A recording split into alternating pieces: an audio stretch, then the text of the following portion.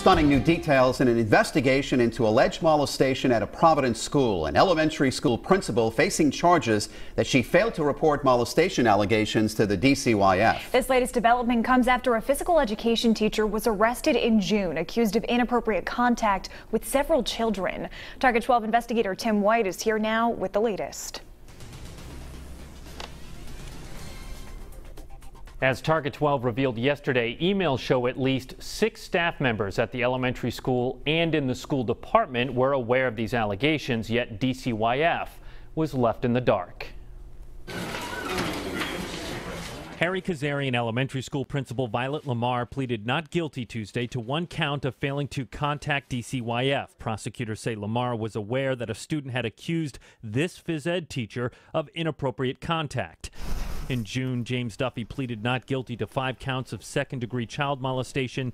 Investigators say there are 3 11-year-old victims. Providence Police Commissioner Stephen Perry says a recent law requires school officials to report allegations of abuse to DCYF within 24 hours. This is a law that was passed last year. It's been a problem with reporting. Emails obtained by Target 12 through a public records request show 6 staffers at the school and the administration discussed the allegations in May. One email says the student alleges that Mr. Duffy touched her inappropriately at lunch. DCYF says they were never contacted.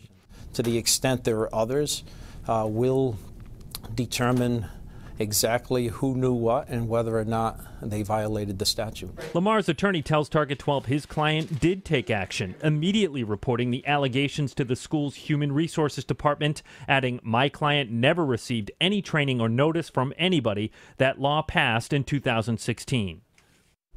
Target 12 has been denied repeated requests to interview Providence Superintendent Christopher Marr. Now, the charge of failing to report to DCYF is a misdemeanor that comes with the potential of a 1-year sentence.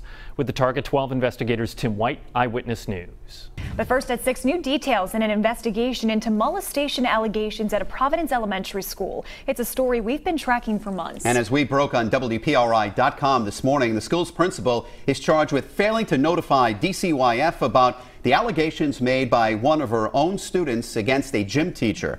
Police tell us they will continue to investigate to see if other staffers at the school also broke the law. Target 12 investigator Tim White is here now with the latest. Tim.